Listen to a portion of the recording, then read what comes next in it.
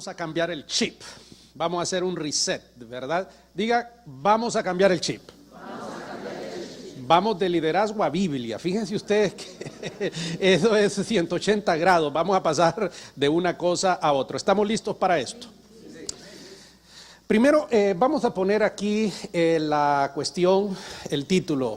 Yo voy a hablar de 6 aspectos claves del texto. Ni siquiera llamé a la conferencia como el libro, sino 6 aspectos claves del texto porque el libro pues está ahí. Quiero decirles que desafortunadamente solo ando 50 libros, ¿verdad? O sea que...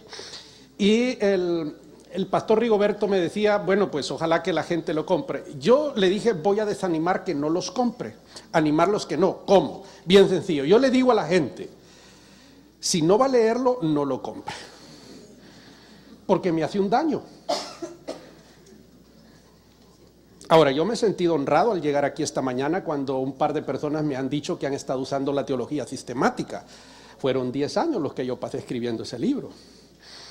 Entonces yo me siento honrado, pero si usted me dice que no lo leyó, entonces me hizo un daño. No sé si me estoy dando a entender, ¿verdad? Porque le quitó la oportunidad a otra persona que sí iba a leerlo. Es decir, yo me emociono, ya van a ver este libro. ¿Le gustaría saber por qué yo escribí este libro? Sí, ok. Mire, en primer lugar, este libro, está inspirado y está fundamentado en el primer libro de crítica bíblica que algunos de ustedes ya conocen. Clie, por años, estimado Rigoberto, me había estado diciendo que si yo iba a mejorar el libro, si iba a escribir, porque el libro se quedó corto. Y yo, bueno, pues algún día, hasta que, fíjense ustedes lo que les voy a decir, hasta que llegó mi hija y me hizo una pregunta y yo le contesté, bien raro. Vino y me dijo, papi, mira, ella estudiaba en esa época en la Universidad de Chicago, estaba estudiando ciencias políticas. Y me dice, voy a llevar una clase, voy a matricular una clase de Antiguo Testamento. ¿Y qué tiene que ver las ciencias políticas con el Antiguo Testamento? Bueno, pues, ustedes saben, las universidades de Estados Unidos son medio raras. Le dije yo, fantástico, excelente. Al mes y medio viene y me dice, tengo una pregunta para ti, por favor, ayúdame. ¿Por qué el relato de la creación de Génesis 1 es diferente al relato de la creación de Génesis 2, incluso contradictorio? Me hace la pregunta. Ahora pregúnteme usted a mí qué fue lo que yo le contesté. ¿Qué fue lo que usted le contestó? No sé. No sé. Pero si yo llevo 30 y pico de años en esto, he leído esto más de 100 veces, he sido profesor de Pentateuco, y cuando reviso el material del rabino, PhD y todo ese tipo de cosas de la Universidad de Chicago, que uno de sus profesores hace un mes acaba de sacar el premio Nobel de Economía, es la escuela de economía de más prestigio del planeta, viene y escribe un documento. Dije, pero yo ¿por qué no había visto esto? No sé. Entonces ahí sí dije a los de CLIE, ahora sí escribo el libro. Ya tenía la motivación. Ahora, pregunta, fíjese, pastor Rigoberto, ¿a cuántos de vosotros os gustaría saber esa diferencia de la creación? ¿Por qué el relato de la creación de Génesis 1 y Génesis 2 son completamente diferentes? ¿Le gustaría saber o no? Lo van a tener que leer en el libro. ¿Usted quiere saberlo? Va a tener que leer, porque no puedo hablar de eso. Solo hablar de eso necesito mínimo 1 hora, mínimo para hablar de ese tema. No puedo. Porque la hora, y voy a hablar de 6 aspectos de todo hacer un overview de todo el tema. No puedo. Pero yo les digo, ¿por qué fue que escribí el asunto? Después de que yo ya escribí el asunto, entonces le mandé a mi hija el PDF. Esta es mi respuesta. Porque cuando a mí alguien me hace una pregunta que yo no sé la respuesta, yo digo, no sé. Punto, no sé. El pastor dijo que yo iba a contestar al final preguntas. Si yo no la sé, yo igual le voy a decir. Por eso dijo que a lo mejor voy a ampliar más las dudas de la gente. Bueno, pues, vamos a la otra vista. Yo creo eso. Son 3 versículos que yo seleccioné de la Biblia. Yo creo que toda escritura es inspirada por Dios. Creo que la profecía ha sido impulsada por el Espíritu Santo. Yo todo eso lo creo. Y una de las cosas que vamos a aprender esta mañana, que es muy importante, ¿cuántos de vosotros leéis la Biblia? Después de esta clase yo espero que nadie lea la Biblia. Esa es la palabra correcta. Es que ese es el problema. Hay algunos señores que cuando tienen insomnio en la noche, abren la Biblia a los 5 minutos.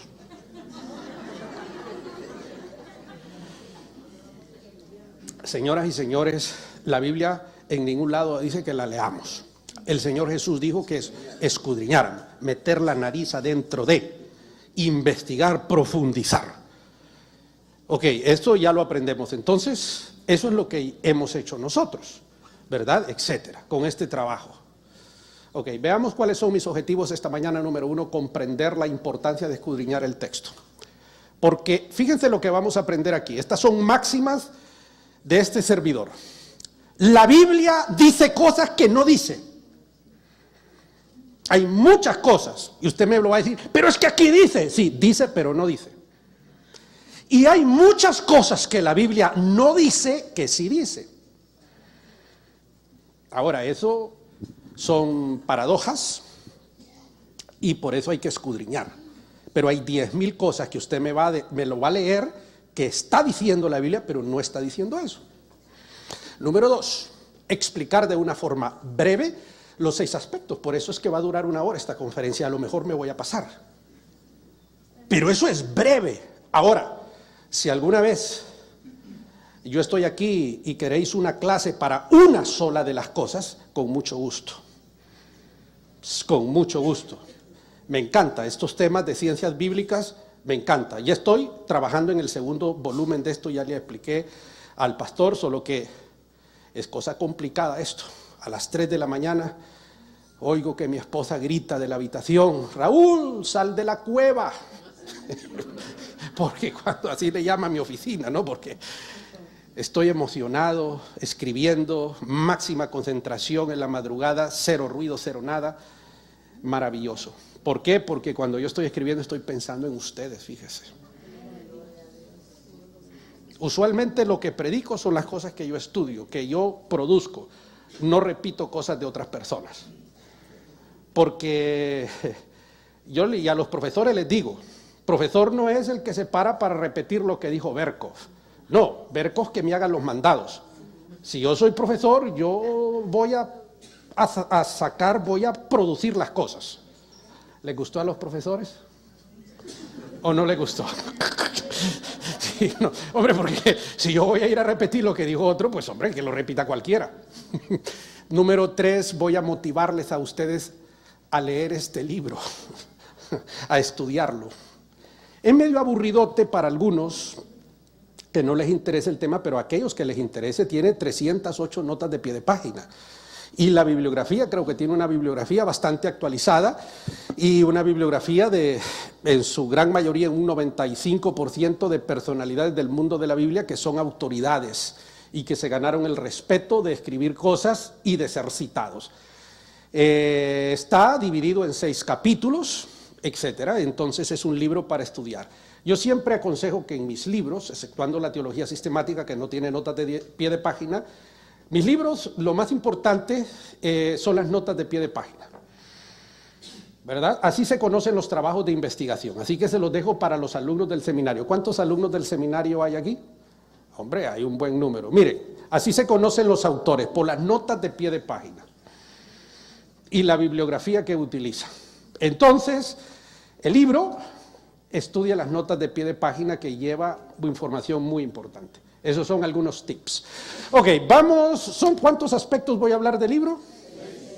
O sea, ni siquiera hemos comenzado. Entonces, vamos al número. O sea, para explicarme bien o darme a entender de una manera mejor, se los voy a usar la metáfora de un juego de fútbol. Fíjense que en el último Mundial de Brasil habían 32 cámaras en el escenario.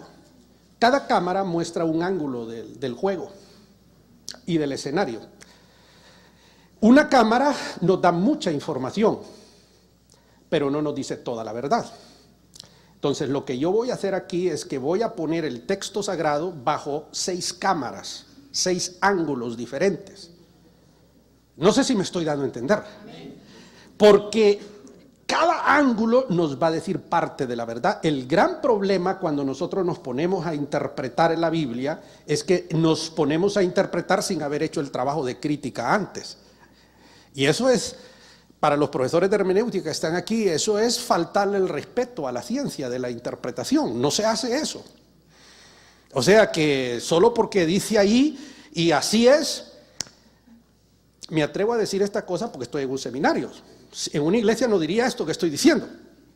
Entonces, hay cosas bien delicadas y hay que hacer el trabajo de crítica. Pero yo tengo una buena noticia. Al final del libro, yo utilizo la perícopa de la mujer adúltera. Fíjese usted, esa perícopa muy importante, que es un ejemplo práctico de cómo hacer el trabajo de crítica bíblica. Una vez que yo he hecho el trabajo de crítica bíblica, entonces puedo interpretar.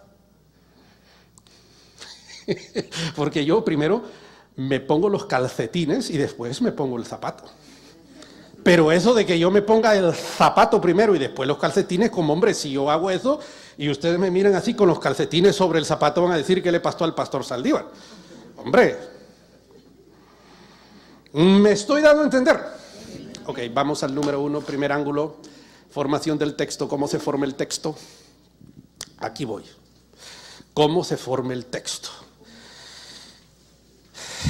Voy a hablar de la crítica textual, por supuesto. La crítica textual es la ciencia que recupera el verdadero sentido del texto. No me voy a meter a esos rollos, voy a hacer una cuestión bien práctica y hasta coloquial, le dije al doctor Galvez. Bueno, a diferencia, fíjense ustedes lo que voy a decir, a diferencia de otras religiones, como los mormones, por ejemplo, que un ángel morón y qué sé yo, se le aparece a Smith y le hace una revelación, y libro del Mormón y no sé qué historia, o vino Alá y se le aparece en una cueva a Mahoma y no sé qué historia, le da una revelación ¿cómo se llama? A Mahoma y sale el Corán y todas esas historias. En la Biblia no funciona así. No es así que se apareció un ángel y le dijo tal o cual cosa. Hay algunas excepciones a eso y algunas cuestiones que sí fueron reveladas sobrenaturalmente y no me voy a meter ese rollo.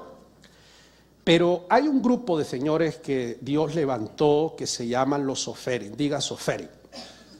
Soferim. Escribas, escritores, una casta que Dios levantó para vivir en el templo.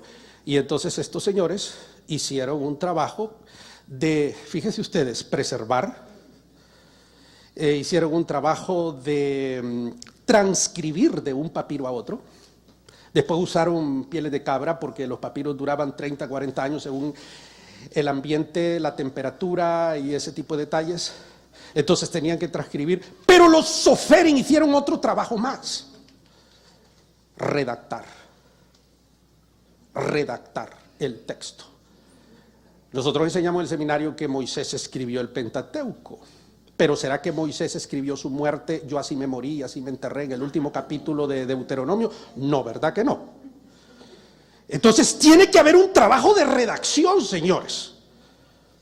Entonces allí es donde entra el tema de la crítica textual, los textos y ese tipo de detalles. Ahora, hasta el siglo XV, siglo XIV, pues hombre, las Biblias no existían en los idiomas vernáculos y ni siquiera habían Biblias, porque ni siquiera había imprenta, no se había inventado, ¿verdad? O sea que no era como ustedes se creen que había. Bueno, pues, uno de los primeros seres humanos que fue una celebridad en su época, que compiló todo ese asunto en un idioma, en una lengua franca para que los textos fueran traducidos, se llamó Erasmo de Róterdam, que fue un humanista célebre, famoso. Todo el mundo quería escuchar a Erasmo, célebre.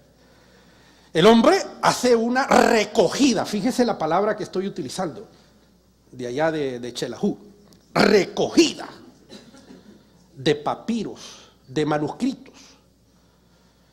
Y con esa recogida el hombre viene y forma forma una Biblia, forma un Nuevo Testamento en el idioma griego.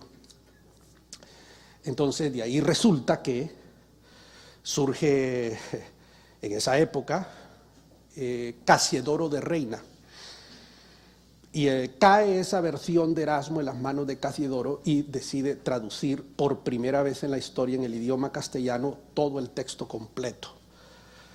Y ahí surge la versión del oso que ustedes ya conocen. Esa historia está ahí relatada porque es cuestión de cultura general que hay que relatarla, aunque no ese es el meollo del asunto, etcétera. Y ya vosotros tenéis aquí una versión de esas antiguas de 1600, de un castellano difícil de entender, casi imposible en algunos pasajes y demás, y entonces hay una traducción. Pero en el siglo XIX los señores Westcott y Horne hicieron otra recogida de papiros, porque ya para esa época se habían descubierto manuscritos, pero estoy usando papiros, manuscritos. Ya se habían descubierto manuscritos más antiguos que los que había utilizado Erasmo, y son los manuscritos del manuscrito vaticano, el sinaítico, por decir algunos. Y entonces, no todos los manuscritos son iguales. Fíjese usted lo que estoy diciendo, no todos son iguales. Entonces de ahí surge una versión, surge un Textus Receptus, ese es el nombre, Textus Receptus. Ahí él tenía el que voy a hablar, que es Nestle Aland, el que te estaba enseñando, ese que está ahí, ese es el Nestle Aland, ¿verdad? Ahí está, ábrame aquí está. Este Nestle Aland está fundamentado en los primeros trabajos de Westcott Hort, y toda la historia de esto está allí escrita en el libro, etc. De allí se hace la traducción de la Nueva Versión Internacional, que hay un guatemalteco, nacido aquí por lo menos, que es parte de la traducción, que tradujo el libro de Habacuc. ¿Quién es? Háblenme. Gringo nacido aquí, que tradujo el libro... Danny Carroll. Danny Carroll. Nacido en Chapinlandia, mis hermanos. ¿Ah? O sea que es un orgullo para ustedes que un nacido aquí sea un traductor, porque la característica de la NBI es que es solo latinoamericanos.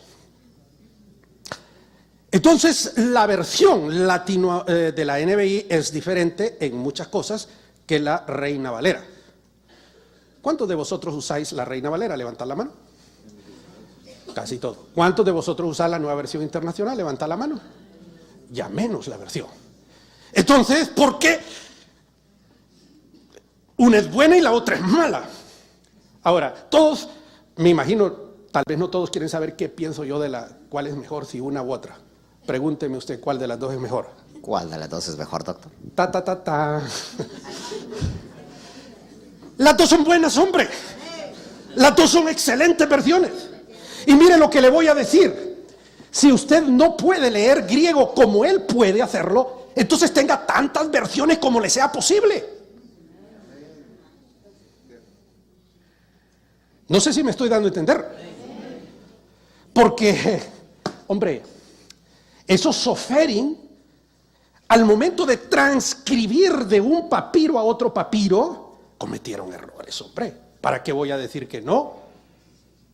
Yo estaría faltando a la verdad si digo que sí. Pero afortunadamente la crítica textual es la ciencia que recupera al texto. Entonces allí es donde nosotros tenemos que hacer un trabajo de crítica textual. Por eso yo comencé este discurso con los 3 versículos. Toda escritura es inspirada. Yo creo eso. O sea, por eso lo dije al principio, porque no quiero que vayáis a creer que yo estoy diciendo otra cosa aquí. No le estoy diciendo. Ok, entonces, si no podéis leer griego o hebreo, entonces te toca tener todas las versiones.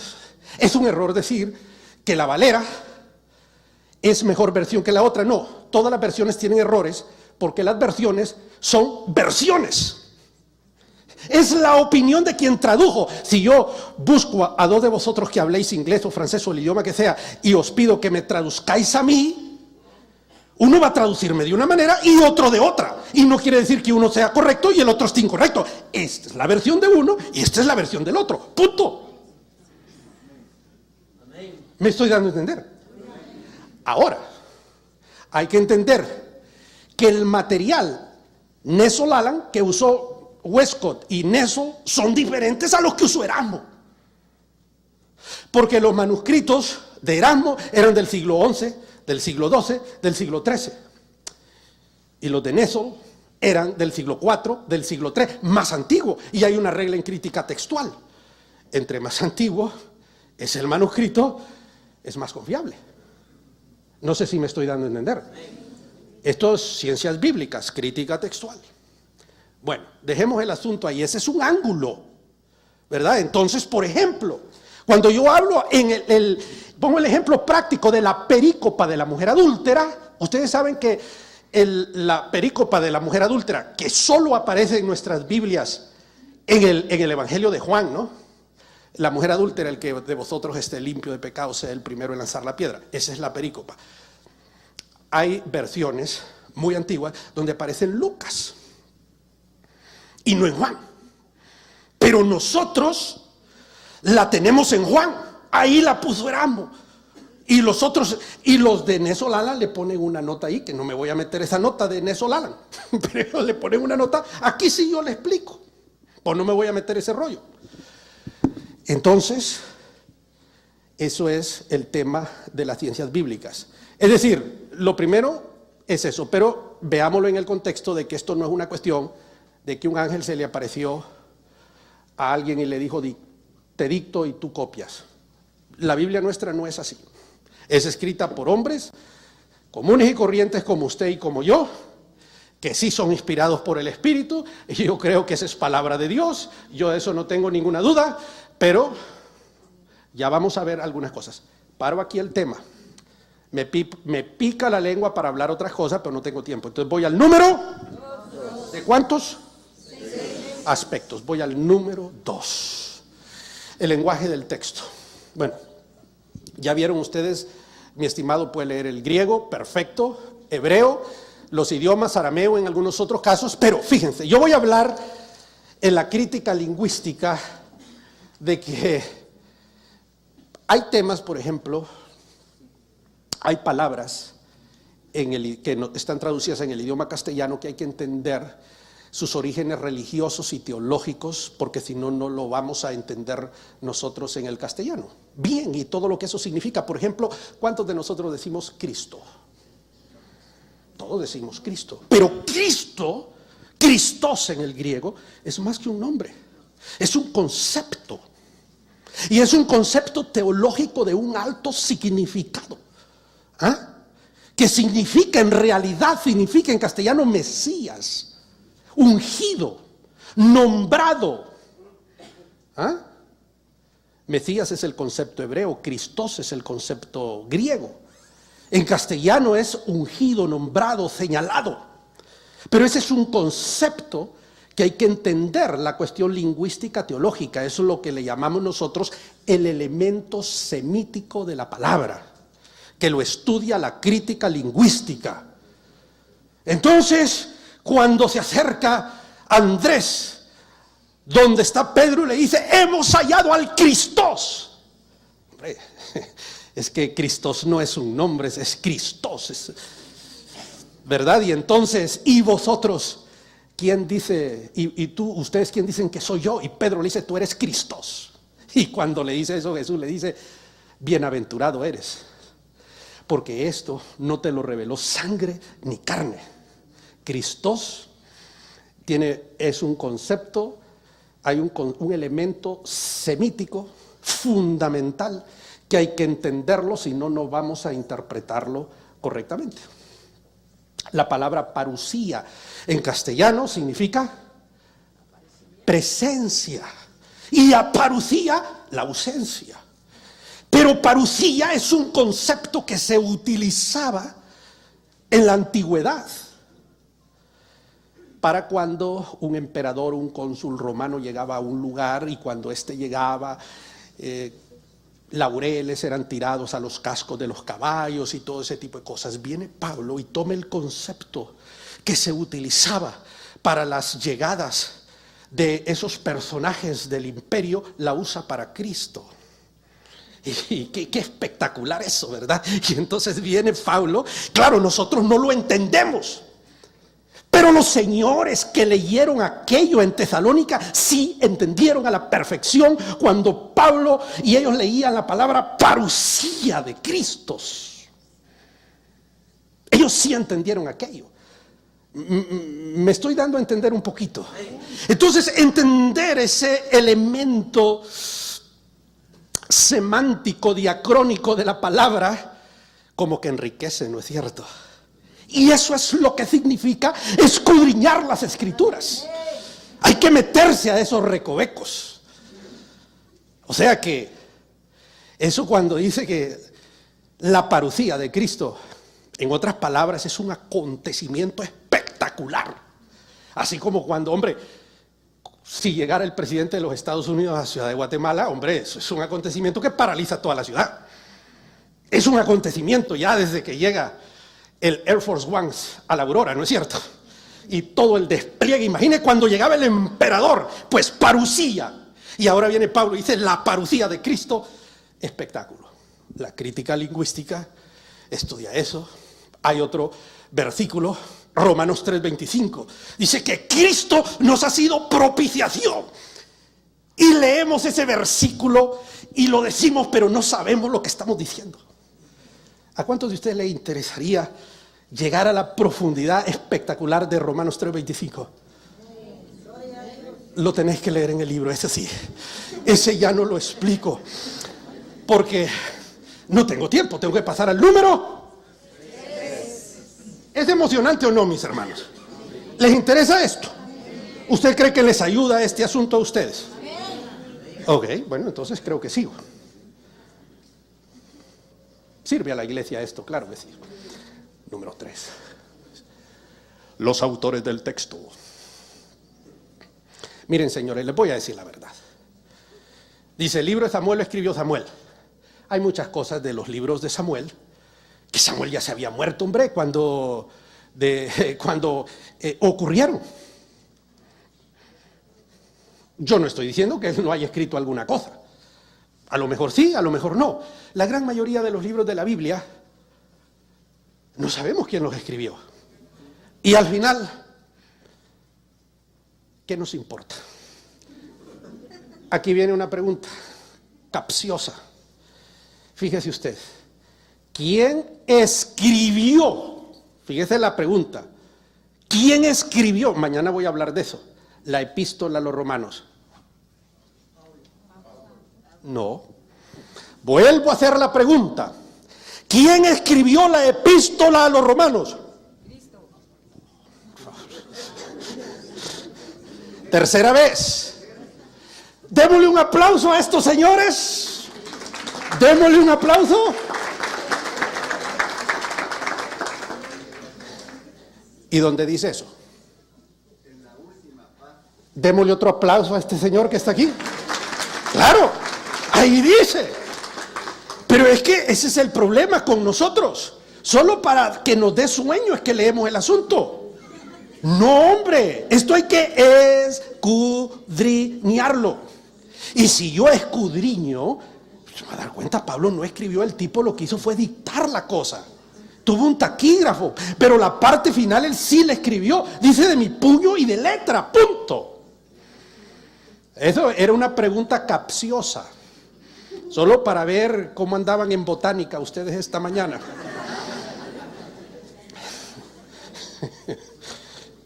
Autores de la Biblia. Alguien se pone en pie, por favor, y me lee Isaías 45:1. A ver si ese es el texto y no me equivoco. Estoy usando la memoria, a veces me falla. Sí, 45:1. Con voz de trompeta, póngase en pie y léamelo con voz de trompeta y de voz de arcángel. 45:1. Isaías, por favor.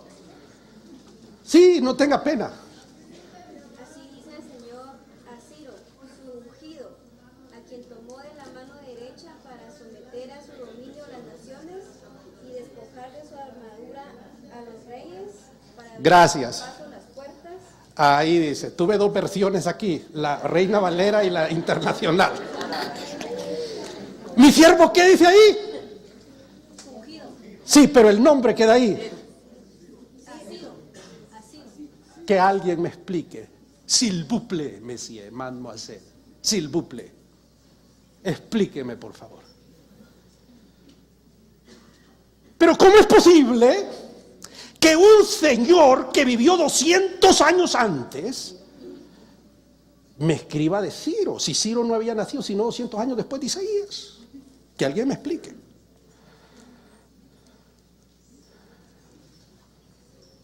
Ahora, ¿es eso palabra de Dios? Sí, es palabra de Dios. Ahora, ¿cuántos de ustedes habían escudriñado eso y se lo habían puesto a pensar? Es como que alguien en el siglo XV, siglo XVIII, hubiera hablado de Obama, del presidente Obama. Eso no había nacido, pues. Entonces, los autores. Ahora, en el libro de técnicas, ahí yo explico todo ese rollo. Ahí usted lo va a estudiar. No me puedo meter ese rollo, ¿verdad? Entonces, ¿por qué estoy diciendo esto? Estoy diciendo esto porque quiero dejar claro que el tema de los autores, la Biblia es inspirada, es palabra de Dios, los cielos y la tierra pasarán, pero mis palabras no van a pasar. Eso, todo eso es, y yo no tengo ningún problema, yo soy un predicador de la palabra, creo en todo lo que la Biblia dice. Pero no soy bruto. Soy un hombre inteligente. Diga, soy una mujer inteligente. Sí, soy un hombre inteligente. Claro. Entonces, si en la escuela dominical me dijeron que el libro de Isaías fue escrito por Isaías, sí, yo no discuto de que Isaías escribió alguna de las cosas, pero por eso estoy hablando de los Oferim. Los Oferim son los redactores. Es la casta que Dios levantó, que vivía en el templo y que redactaban, que custodiaban, preservaban, transcribían. Es que no había computadoras ni fotocopiadoras. Habría que hacer un trabajo, se necesitaba una casta. Y esos señores, gracias a Dios por los Oferim, porque esos señores dieron la vida para custodiar estos escritos. Si ellos no hubieran hecho este trabajo, no habría Biblia hoy, señores. Y ellos custodiaron, hubo guerras, hubo cualquier cantidad de cosas, estuvieron en el exilio, en tantas cosas, la ciudad fue destruida 1000 veces. Estoy usando una hipérbole. Y ellos custodiaron los textos. ¿Saben por qué? Porque a ellos no les cabía la menor duda que estaba ahí la revelación más grande jamás hecha al ser humano. Dios hablándole al hombre.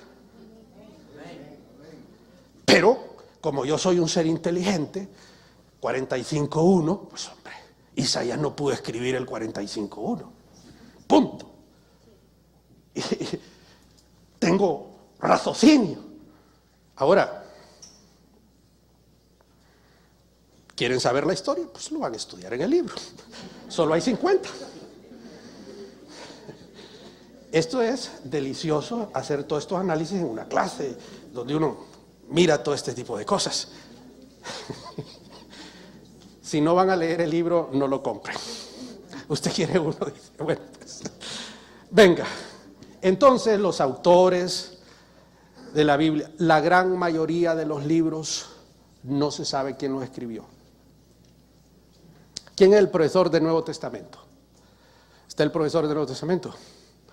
Bueno, pues le dejo la pregunta al profesor. ¿Cuándo apareció por primera vez el Evangelio de Marcos? Se le llamó al Evangelio que nosotros conocemos de Marcos, se le llamó por primera vez según San Marcos. Ahí se lo dejo como pregunta. ¿Ah? Pero ¿es el relato de San Marcos palabra de Dios? Sí lo es. Y el primer Evangelio, Xavier Picasa, sacerdote católico, escritor de CLIE, tiene un comentario espectacular sobre Marcos que yo lo recomiendo que lo lean altamente. Y de hecho, yo cito a Picasa porque es uno de los teólogos y católico de peso, biblistas de peso en el mundo de la Academia de las Ciencias Bíblicas, de la Universidad de Salamanca, porque lo que Natura no da, Salamanca no presta. Así va. Ok, voy al número. Señores, ¿los estoy confundiendo más o les estoy abriendo el apetito? ¿verdad? Abriendo el apetito para ir, porque es que eso de que le den al asunto, le den a uno todo ya cocinado, no. La intención mía es que los profesores de antiguo, no, por eso dije, este libro es un estudio introductorio a los temas obligatorio. Y Samuel Pagán dice que es de los poquísimos libros que hay en el idioma castellano. Él usó otra palabra que no quiero usarla porque podría sonar arrogante, pero léanla ahí, escrito por un latinoamericano, porque estos temas son temas que son los alemanes los que escriben esto y los gringos, pero no un hondureño. ¿Puede salir algo bueno de Honduras? Sí. Ayer casi nos gana Australia, pero bueno, esa es otra historia. Voy al número 4, señores. El texto antes del texto. ¿Cuántas veces usted ha estudiado el texto antes del texto? Porque lo que nosotros estudiamos, mire, aquí dice, pero usted sabe que antes de que aquí diga, hay una historia. Ok, aquí viene uno. Eso es lo que nosotros llamamos las famosas perícopas. Todos los evangelios está formado por perícopas. Perícopas son anécdotas, son dichos, ¿verdad? Recuérdese que el primer evangelio fue escrito alrededor de 20-25 años después de la muerte de Cristo. Entonces la pregunta es, ¿qué pasó con la iglesia durante 25 años que no tuvo evangelio ni nada? Y Biblia, hasta Gutenberg no hubo una Biblia como las que ustedes y yo tenemos. No había imprenta, pues. Y ni siquiera estaba en los idiomas nuestros, sí. Papiros por acá, manuscritos por aquí, manuscritos por allá. Ya Jerónimo había hecho su trabajo, pero, hombre, eso era idioma que la gente no entendía. Bueno, no me voy a meter a ese rollo. Entonces, las perícopas. Aquí viene una. Hay un versículo en el libro de los Hechos. Fíjense, para mostrarles a ustedes cómo es el tema de cómo funcionan las perícopas. Porque los evangelistas usaron dichos y fueron agrupando, hicieron un trabajo de redacción. Entonces, el que hace el estudio debe estudiar el texto en minúscula antes de que se convierta en texto con mayúscula. Porque los textos en minúscula nos van a arrojar mucha luz para la formación del texto en mayúscula. Por ejemplo, Marcos es el paradigma. Por ejemplo, Marcos nunca organiza sus perícopas o dichos o anécdotas, nunca los organiza cronológicamente. Por ejemplo, ¿sabía usted que el Evangelio de San Marcos, del 1 al 10, nos relata a nosotros menos de un año de ministerio de Jesús?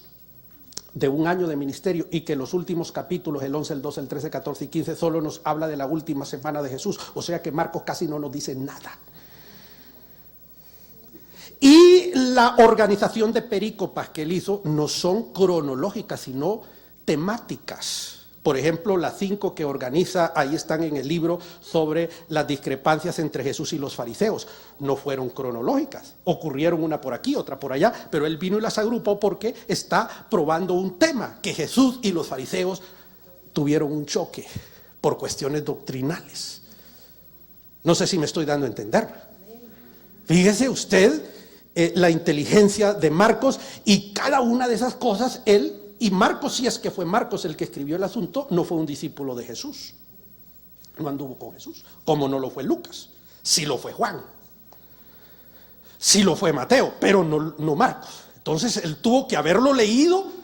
¿Por qué? Porque al morir Jesús se comenzaron a escribir cosas y anduvieron por ahí, por acá, un montón de escritos y evangelios que no fueron canonizados, sino 4.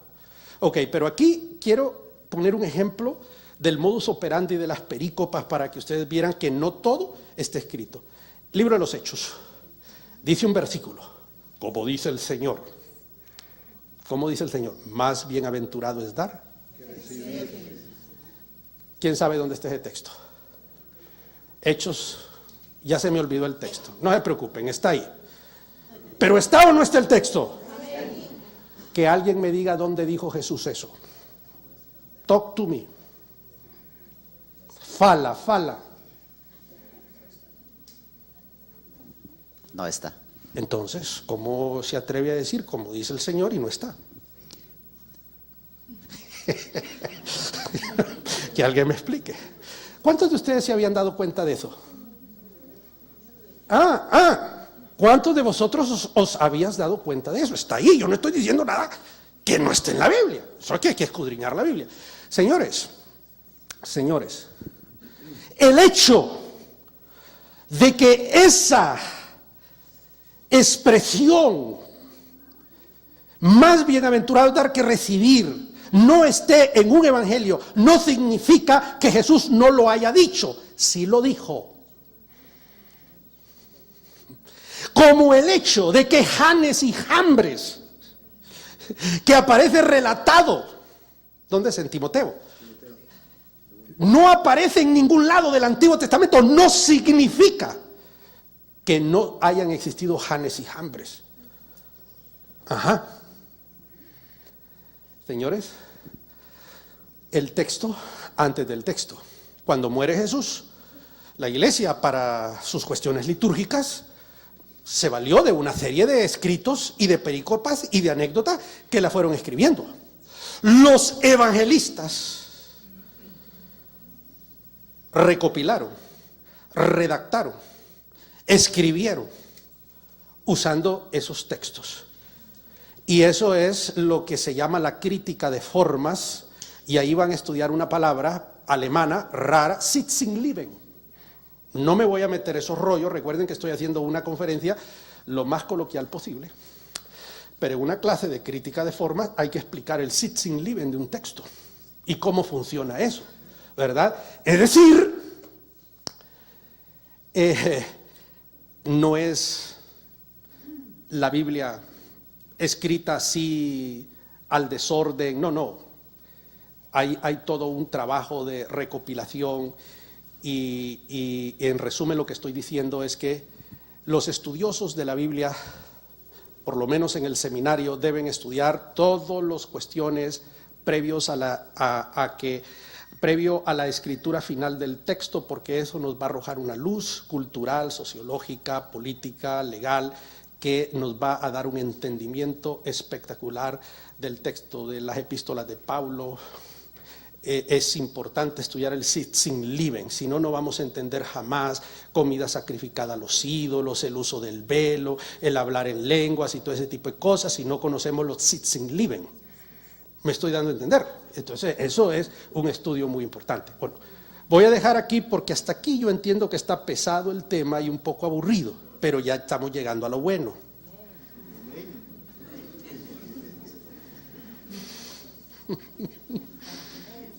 Okay. Ya vamos llegando a Pénjamo, no se preocupen. A ver, el otro. ¿El número qué?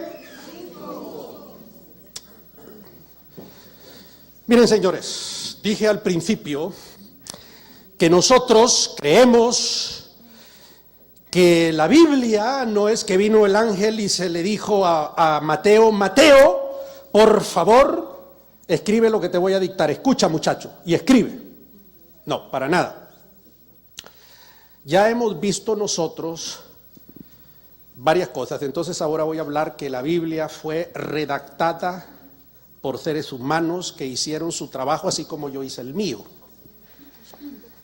Un trabajo de redacción. Voy a hablarles de Mateo, pero antes de hablarles de Mateo voy a hablarles de Lamentaciones. ¿Sabía usted que Lamentaciones tiene 5 capítulos? ¿Sabía usted que el capítulo 1 y 2 y el 4 y el 5 tienen 22 versículos? ¿Y sabía usted que el capítulo 3 tiene 66? Pero antes de explicar eso, doctor Galvez, usted me permite un humor, porque es que esta gente la veo que está bien preocupada, está muy pesada. Entonces, un humor para que romper un poco de hielo. ¿De qué libro estoy hablando ahorita? Lamentaciones. Yo estaba dando una conferencia y se paró y me dijo, pastor, ¿será cierto, me dice, que si el libro del Cantar de los Cantares es el libro de los enamorados, entonces el de Lamentaciones es el de los casados?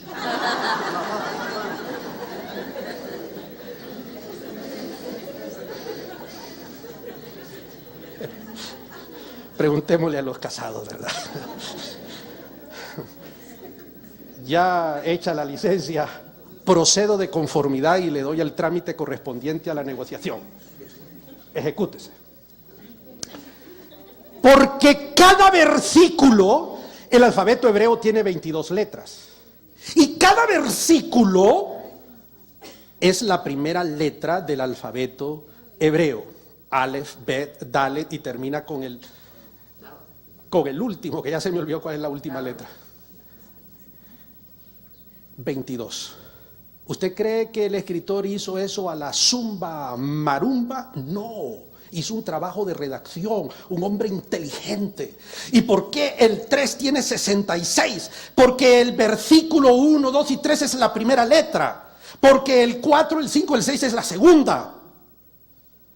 Porque el 7, el 8, el 9 es la tercera, y así sucesivamente, porque 22 más 22 más 22 es 66. ¿Sabía usted, y aquí lo explico, que el Evangelio según San Mateo está organizado en 5 discursos? ¿Sabía usted eso? ¿Ok? Dígame, ¿cuántos libros tiene el Pentateuco? 5. ¿Cuántos discursos tiene Mateo? 5. Ahora, ¿cómo sabe usted que tiene? Escudriñe las Escrituras. Si lo lee en el griego, usted va a poder identificar los 5 discursos de Mateo. Hay una frase en el idioma griego que marca la diferencia entre un discurso y otro discurso. Usted lo va a ver ahí cuando lo estudie en su libro. Ahí va a ver cuáles son los 5 discursos y cuál es esa frase que diferencia un discurso y otro discurso. 5 discursos. ¿Usted cree? Estoy hablando de crítica de redacción, estoy hablando de la redacción del texto. ¿Usted cree que eso fue a la zumba marumba?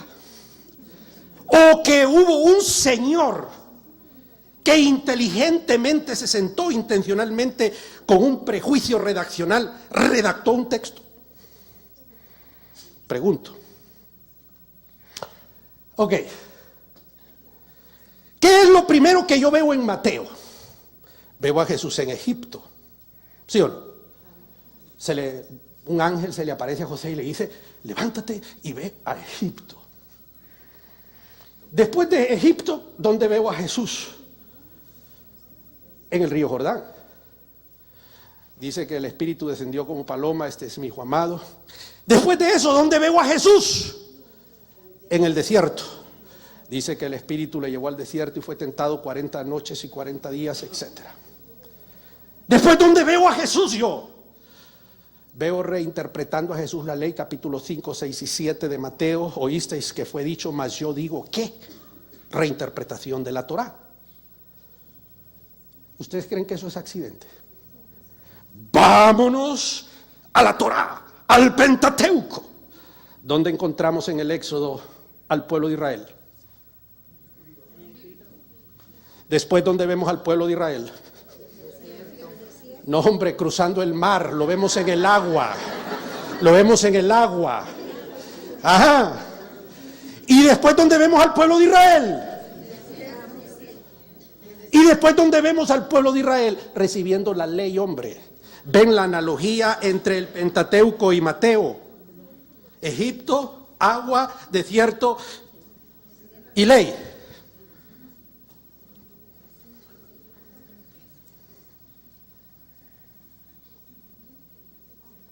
¿Sí o no? ¿Ustedes creen que eso es un accidente? A ver, en tu celular, Lucas 1, versículo 1, del 1 al 4. Oigan lo que va a decir ella. Señores, hay que escudriñar las Escrituras. No estoy diciendo cosas, no se asusten. Miren lo que va a leer, oiga, palabra de Dios. Oigan lo que va a decir ella. Lucas 1. Sí, del versículo 1 en adelante. Muchos han intentado hacer un relato de las cosas que se han cumplido en... Muchos, es decir que hay muchos evangelios que se escribieron, muchas perícopas, muchas cosas, muchos. tal y como nos la transmitieron los que desde el principio fueron testigos presenciales y Como yo no anduve con Jesús, como yo no vi nada, como a mí no me consta porque yo no estuve allí, entonces he tenido que conformarme con lo que he leído, con lo que me transmitieron. ¿Quiénes le transmitieron? los servidores. No, lee el versículo. ¿El 3? No, lo que estaba leyendo antes. Perdón. Como nos lo transmitieron los que desde el principio fueron testigos. Los que desde el principio fueron testigos. O sea, yo no vi nada, pero lo que estos tíos me transmitieron a mí, ¿ah? Porque como yo no estuve, eso es lo que yo estoy escribiendo. Lee, sigue leyendo. Por lo tanto, Como yo no estuve ahí, porque me lo transmitieron, por lo tanto. yo también, excelentísimo Teófilo, A mí también me dio la gana escribir.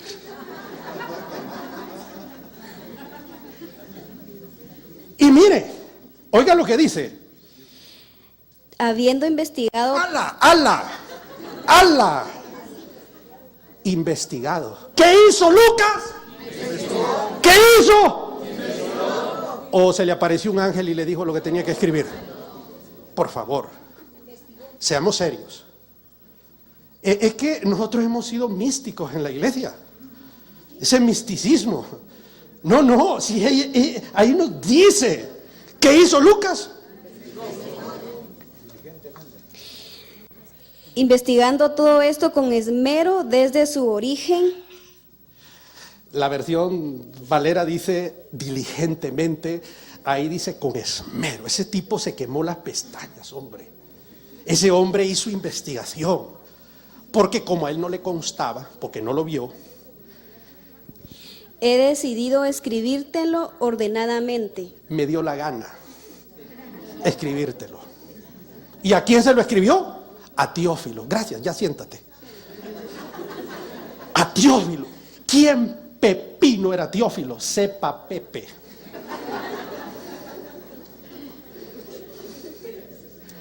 O sea, fíjense lo que yo les voy a decir ahora. O sea, Lucas no tenía ni la más remota idea que el relato era inspirado. Él escribió a Teófilo. Pregunta: ¿quién decidió que era inspirado? Estudiantes de teología, ¿quién decidió eso? Estudiantes de teología, háblenme por favor. Dios, el Espíritu Santo. No, por favor. No, ¿quién decidió? La iglesia, señores. El canon. ¿No han estudiado eso en la primera clase? La canonización. Hombre, el canon Muratori. ¿Qué pasó? ¿Qué pasó, mis hermanos? Es que una cosa es la escritura del texto, otra cosa de los escritos, otra cosa es la canonización. Son dos cosas diferentes. Es la iglesia la que canoniza, es decir, es el acto mediante el cual, siguiendo criterios teológicos, bíblicos, históricos, la iglesia decide, este sí, este no. De hecho, la rama cristiana, estamos divididos en las grandes ramas en tres: ortodoxos, católicos romanos y protestantes. ¿Dónde estamos nosotros? ¿Sabía usted? Yo no lo digo, está ahí. ¿Sabía usted que cada rama del cristianismo tiene un canon diferente?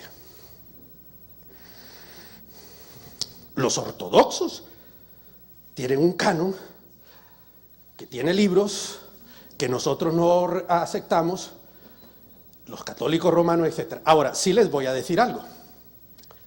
¿Les interesa lo que estoy hablando? Porque puedo acabar la conferencia aquí. ¿Sigo o termino? Pero ya me tomé más del tiempo. No importa. Ok, sigo entonces. Sí, ya es 12:30. Yo dije que me iba a tomar más. Y ya me olvidó dónde me estaba. Miren, esto grábenselo. Pero El canon de la iglesia protestante, que es la nuestra, los 66 libros que ustedes y yo tenemos, sí es aceptado por los católicos romanos y por los cristianos ortodoxos. Eso sí, en estos 66 todos estamos de acuerdo. Ahora, ¿por qué hago esta diferenciación? Para que no se asusten de lo que dice Lucas ahí. Crítica de redacción. La gente que escribe la Biblia, es que eso es erróneo. Un misticismo de que en una montaña empezó a escribir. No, hombre, hicieron su trabajo de las perícopas, de los escritos. Ahora, fíjense el contraste espectacular que voy a hacer ahora con Juan. ¿Hago el contraste o no lo hago el contraste? ¿Sí o no? Juan es espectacular. Lucas 1, primera de Juan 1. Juan no habla como habla Lucas. Son dos discursos diferentes. ¡Qué espectáculo! Juan dice: lo que mis ojos vieron, porque a él sí no le iban a contar historias. Lo que mis manos tocaron. Casi le faltó decir lo que olí con mi nariz. Eso escribo a los gnósticos, sinvergüenzas, perdón lo que estoy diciendo, perdón, sinvergüenzas que negaban la deidad de Cristo. Pero vino Juan ya en el ocaso de su vida y les da por la cara. No les dice: lo que yo he visto con mis ojos, lo que mis manos han tocado, tocante al verbo de vida, esto escribo. Esto escribo. Porque Juan sí vio a Jesús caminar sobre el mar. Juan vio a Jesús transfigurado. Él sí vio cómo resucitó a Lázaro. Lo que mis ojos vieron. Qué espectáculo. No, hombre, hermano, nosotros tenemos un relato verídico, confiable. Pero tenemos que razonarlo. Miren, la Biblia dice que somos columnas y baluartes de la verdad. Y no podemos permitir que un PhD de la Universidad de Chicago nos venga a contar historias, hombre. Me estoy dando a entender. Nosotros tenemos que dar la talla. Como dice el prólogo de Scott Garber aquí: si no, el oscurantismo privado es mejor que la necedad pública.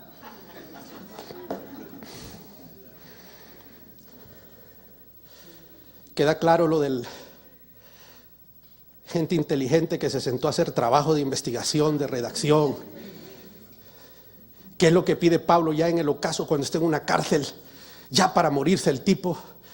¿Qué es lo que pide el hombre? Los manuscritos, hombre, los pergaminos. Por eso digo, yo le decía al pastor Rigoberto, mínimo 12 libros por año debe leer una persona. Mínimo 12 libros. No hay libros caros, por favor. Mínimo, porque si no nos van a venir a contar historias. Voy al último, al número 6, porque ustedes ya quieren irse, ¿verdad? No se quieren ir, hermano. Bueno, pues voy al último. El último es el más emocionante de todos. ¿Quién dijo que la Biblia era aburrida, hombre? Y oigo ahí unos señores: bien, hermano, dice que yo no entiendo nada. No, hombre, como dijo el etíope, si habrá alguien que me explique. Habrá alguien. ¿Hay alguien aquí que explique la cosa? Miren, voy a decirles: cuando usted no sepa algo, cállese, por favor. Cuando usted no haya estudiado algo, no hable. Dice la Biblia que el necio pasa por sabio cuando se queda callado. Y en algunas cosas somos necios porque no sabemos. Cállese, no hable. Hable solamente cuando haya hecho el trabajo. Es un consejo, es porque usted puede estar diciendo una cosa errónea. Yo el otro día vengo conduciendo mi coche en Honduras, enciendo la voz evangélica y oigo a un señor. Todo lo que estaba diciendo estaba engañando a la gente, hombre. Y yo sé que el hombre es un buen hombre, pero estaba diciendo exactamente la fecha en que cada trompeta del Apocalipsis había sonado. Por favor. Y yo decía: eso no es cierto, eso no es cierto. mucho cuidado. Hacen lo correcto al venir al seminario a educarse. Muy correcto. Voy al último, señor, ya me despeiné también. Que me jalo los pelos, los pocos que me quedan. Olvídense de Rudolf Bultmann, olvídense de ese hombre. Olvídense. Ese rollo de Bultmann lo dejo ahí. Estudien a Bultmann aquí en el libro, porque hago todas las cuestiones. Hoy no voy a hablar del hombre, pero en el seminario hay que estudiar al hombre. No en todo vamos a estar de acuerdo con él, pero estamos en deuda con Bultmann. Olvidémonos de eso. ¿Sabía usted que el texto bíblico se nos ha dado envuelto en una cultura que no tiene nada que ver con Guatemala? Nada que ver con la zona 10, ni con la zona 19, ni con Mixco, ni con Chimaltenango, ni con nada. El problema, por eso les dije a ustedes que hay cosas que la Biblia dice que no dice, porque hay cosas que están en la cultura de la gente a quien fue dado aquel texto que no tienen nada que ver. Dice, pero no dice, no, es a ellos, no a mí. Dice porque le es deshonroso a la mujer cortarse el pelo y al hombre es deshonroso dejárselo crecer. ¿Qué pepino tiene que ver eso conmigo, hombre? Cuando yo llegué a la iglesia, yo usaba mi pelo aquí de largo y me dijeron que era pecado y tuve que írmelo a cortar. ¿Qué cosa más horrible? Yo ahora andaría mi pelo largo, pero desgraciadamente soy calvo y no puedo.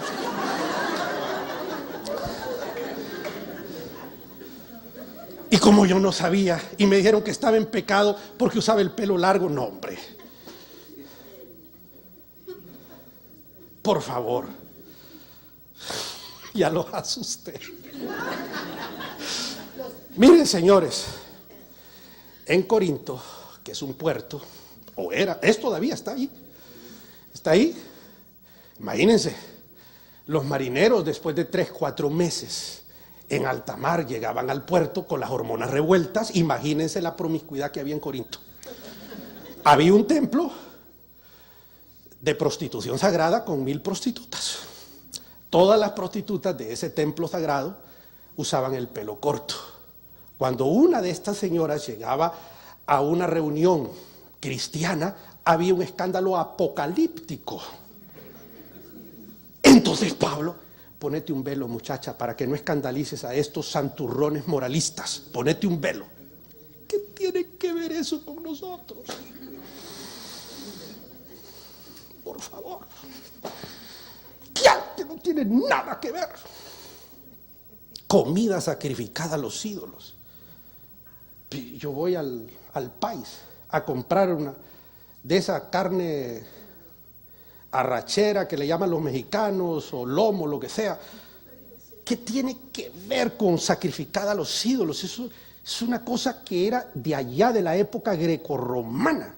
Pero todo el capítulo 8 creo que es de Corintios y Romanos 14, una perorata sobre eso de la sacrificada. Eso son cosas culturales, no tienen que nada de pepino que ver con nosotros.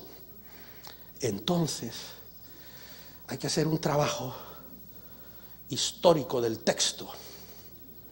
Hay que entender las cuestiones históricas, contextuales, y entonces los exégetas, los que explican el texto, tienen que quitarle toda la envoltura cultural. Y aquí vamos a aprender una palabra, algunos ya la conocen, porque al quitarle la la envoltura cultural, vamos a tener la esencia, que es lo que yo llamo el querigma. Ese sí se aplica en Chimaltenango, zona 19, en la zona 3, ahí en la avenida Bolívar. Y para los que están ahí en la zona 1 robando ahí en esa cuestión de la Sexta Avenida, para ellos se aplica bien eso. Digo eso porque no me dejaron ir el otro día porque dijeron que me iban a robar el reloj, pero bueno, estoy bromeando. No, es cierto, no me dejaron ir. Yo quería ir, pero bueno, quería irme a tomar un café a la cafetería Peñalba y no me dejaron. De perdida al Panamericano, pero bueno, eso es otra cosa. Bueno, entonces, ¿qué es lo que hacemos nosotros? Voy a usar una analogía. El otro día estoy yo en Hong Kong y al Ladies Market me enseñan a mí un catálogo de relojes Rolex. Y yo veo, me gusta este. ¿Qué vale? $30. Perfecto, un reloj de Rolex de $30. Fake, de esos falsos imitaciones. Al otro lado estaban las verdaderas tiendas.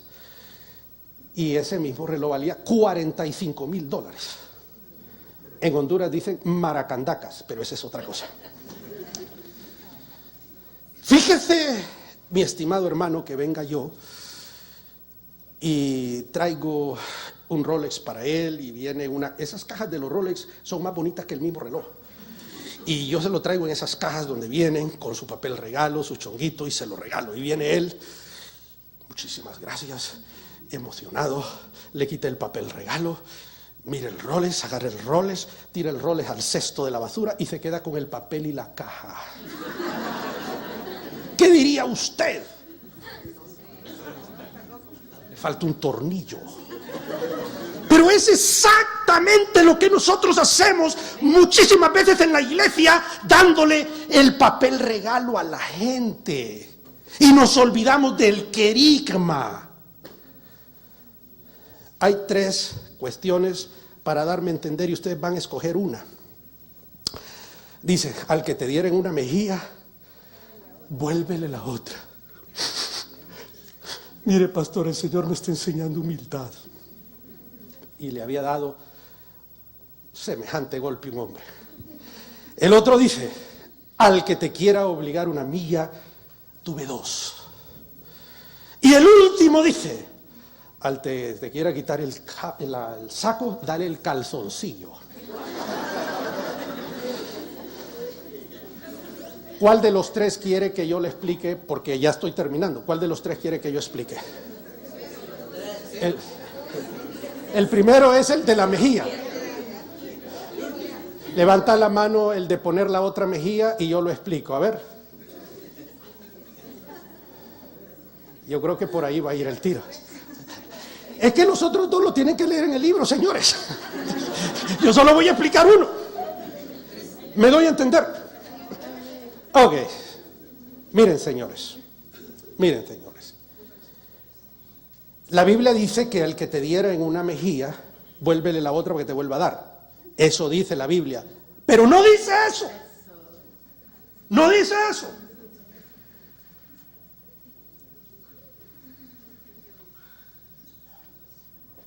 Si tienes un marido abusivo que te golpea, que te daña tu integridad verbalmente y humilla tu dignidad, denuncia a ese sinvergüenza. Denúncialo. Eso es lo que el texto está diciendo aquí. Voy a explicarlo. Voy a hablar de la cuestión cultural. Porque Jesús está usando su cultura. Es que, como dice el doctor Núñez, en mi teología sistemática, la Biblia no se deja un vacío cultural. El problema es que esa cultura no es mi cultura, no me habla a mi cultura, ni a mi necesidad. Entonces tengo que quitar, tengo que hacer, pero tengo que conocer la cuestión histórica para poder sacar el querigma, el Rolex. Y ese sí me sirve a mí en mi vida. Mire, si te dan una mejilla, entonces vuelve la otra. Porque si él pone la otra mejilla, yo no voy a tener más remedio que darle con el anverso de la mano. Y en la cultura en la que Jesús está hablando, golpear con el anverso de la mano era una de las ofensas más grandes. Para ustedes y para mí eso no dice nada. Como que yo venga y me quite el zapato y se lo tire a una persona. Sí, es una malcriadeza, pero no dice nada al final. Pero en la cultura musulmana no hay una ofensa más grande que quitarse un zapato. Si uno quiere humillar a un ser humano, quítese el zapato y tíreselo. ¿Qué hizo aquel periodista con el presidente W. Bush? Hábleme, talk to me. ¿Qué hizo el periodista allá en Irak, con el presidente Bush? Hábleme. Se quitó el zapato. ¿Y qué hizo Bush? ¡Sas! Le hizo ¡pum! Pasó el zapato. En Guatemala eso no significa nada. Entonces, vuelve la mejilla Mala puntería. Mala puntería. En la cultura a la que Jesús está hablando, vuélvele a la otra mejilla, para que no tenga más remedio golpearte con el anverso, que era una ofensa.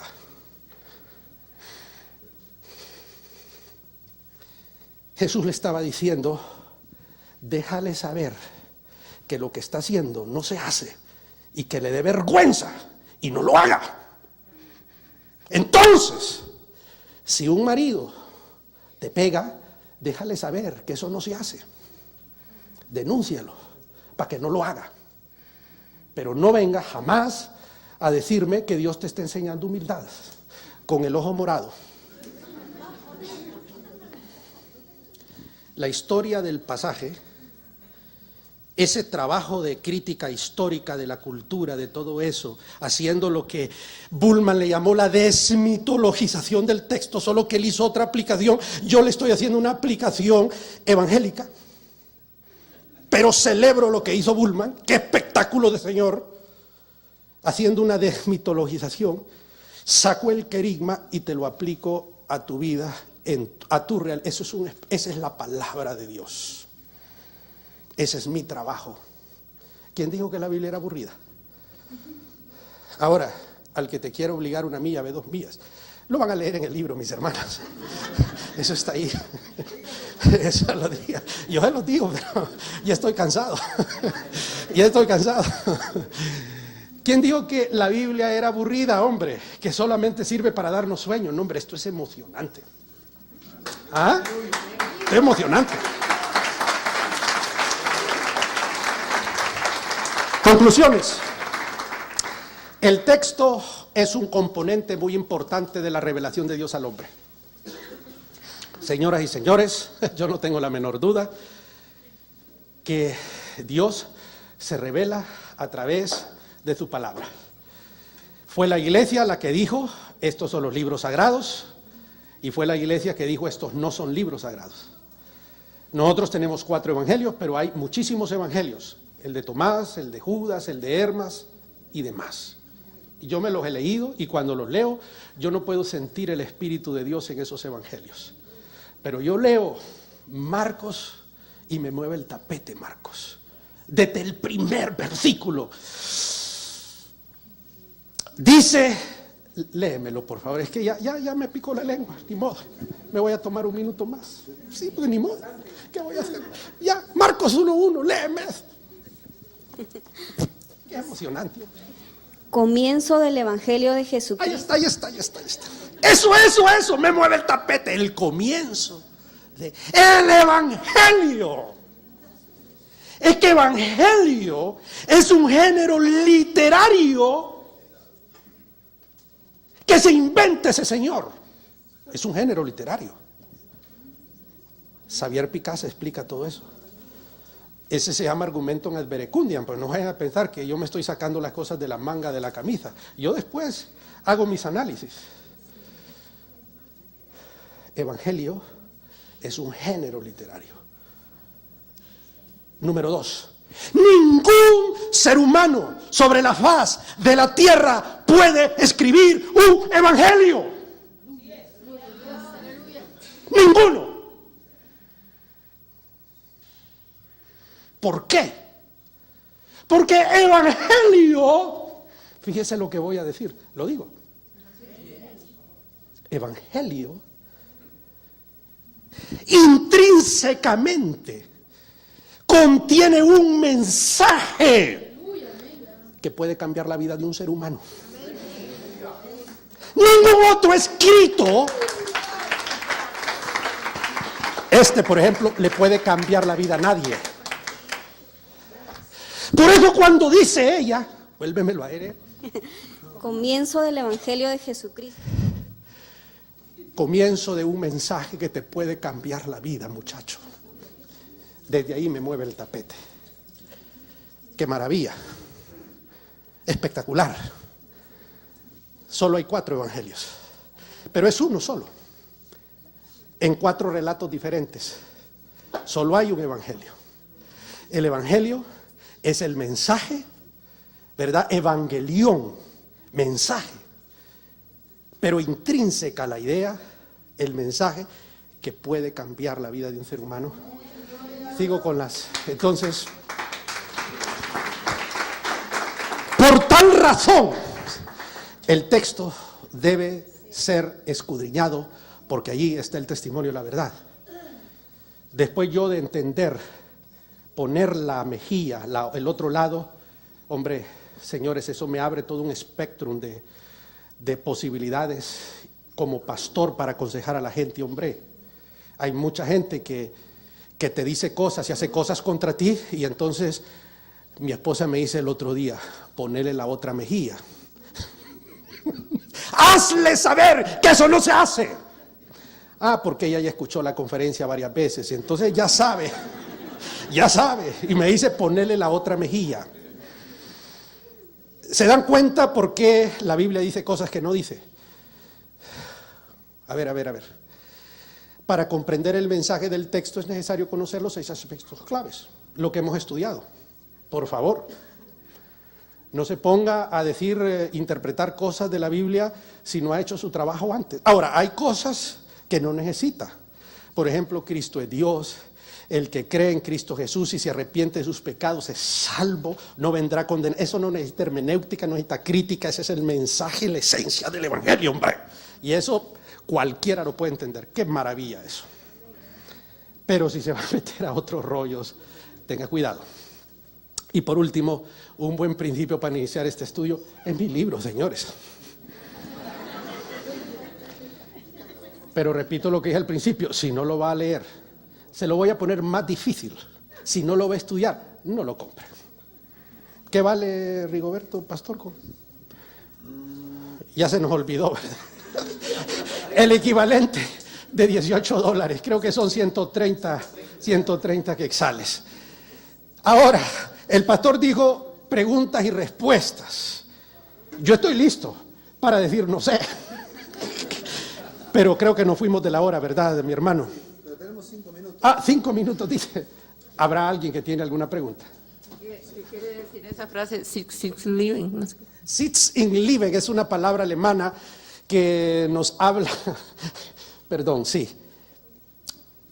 saber la razón, el motivo, se lo estoy poniendo en una forma fácil, no explicando toda la parafernaria para no hacer el asunto más complicado, la razón de por qué se escribe el pasaje, ¿verdad? El contexto de la razón que le da lugar, el origen al pasaje. Es una expresión técnica que usan los biblistas, ¿verdad? Para hacerlo más elegante, más complicado, qué sé yo. Sí, alguien tiene una segunda pregunta. Sí, dígame. Micrófono de este lado. Solo, doctor, solo quisiera saber. Uno, dos. El pasaje de Mateo 2:23 está. Buena pregunta, me gusta. Está aquí en el libro explicado. Esa sí fue facilita. Bueno. Es buena. Es que ahí dice, y será llamado Nazareno, como dicen las Escrituras. Pero ¿dónde pepino dicen las Escrituras? No dice, pero sí dice. El libro. Ya está contestada. Gracias. Ya está, gracias. Compré su libro, Ya, perfecto. Entonces, Pero- solo para... En el libro está explicado. Ok, doctor, perfecto. Es que esta es una parte importante porque los judíos rechazan el Nuevo Testamento Sí, yo sé, por ese claro. versículo. Sí, no, de acuerdo. Ahí está explicado ese tema. Miren, yo solo hablé menos del 5% del libro. El libro tiene una riqueza para, por lo menos yo le decía al doctor Galvez, una semana de clases de 3 horas. Es así. Pero hoy les he dado un overview para animarlos a ustedes a estudiar el tema. Sí, dígame. Sí, doctor, de eso que usted decía de que hay cosas que no están escritas. Por ejemplo, eso de es mejor dar que recibir. El mismo Juan, por lo menos aplicado a su libro, él dice que hay muchas cosas que no están escritas en este libro, pero las que se escribieron, él las escogió por algo, ¿no? Bueno, sí están escritas. Que no fueron canonizadas es otra cosa. Por supuesto que están escritas. Por ejemplo, Judas, en la carta de Judas, en la segunda Timoteo, hay unas alusiones a un montón, a citas de deuterocanónicos o libros del periodo intertestamentario. Están escritas, solo que no fueron canonizados. Otra pregunta. Sí, dígame. Pero no lo Ajá, ¿qué dice? Deuteronomio 22:5, por favor. De la mujer que no usará pantalón, ¿cómo es la cosa? Pero ahí sí no entendí eso, ¿qué tiene que ver con todo lo que... ¿No hay explicación al respecto? El doctor Pagán dio una explicación, pero no me voy a meter ese rollo porque eso ya es tema de biblistas. Yo le voy a decir lo que él dijo, pero no me crea mucho porque yo no he estudiado el pasaje y le voy a decir lo que el hombre explicó enfrente de la Universidad de Jerusalén, y él es profesor de hebreo y es uno de los traductores del NBI. Ese versículo, dijo él, a mí no me consta porque yo no he hecho el estudio, no usará el hombre ropa de mujer y la mujer ropa de hombre. Dice que el texto era por la forma de orinar de la mujer. No me pregunte más, que no sé. Cuando el doctor Pagán venga aquí, pregúntenle eso y díganle que yo traje esa alusión, que él sí me lo dijo y yo lo grabé ahí.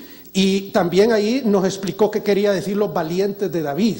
Y nos dijo que eran los meantes de David, es decir, los que orinan, ¿verdad? Y yo le expliqué, explíquenos eso. Y sí, es una expresión que aparece allí y nosotros venimos a predicar 10,000 cosas de los valientes de David, nada que ver.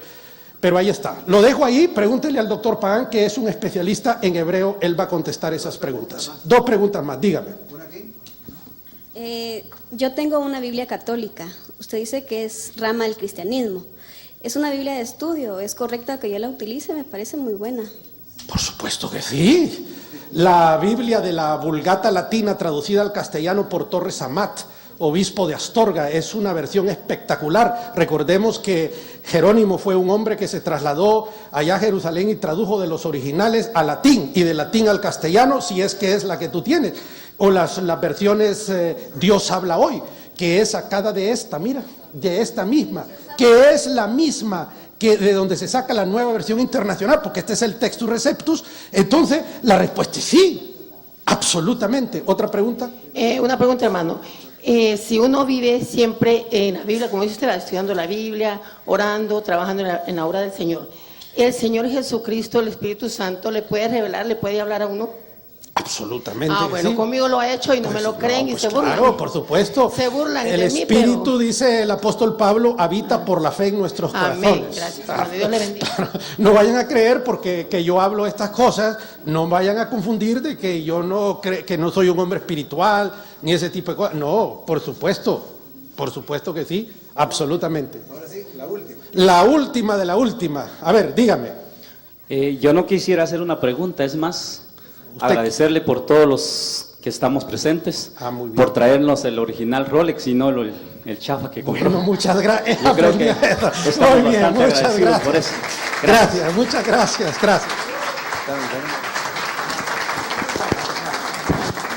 Un fuerte aplauso para el doctor Raúl Saldívar.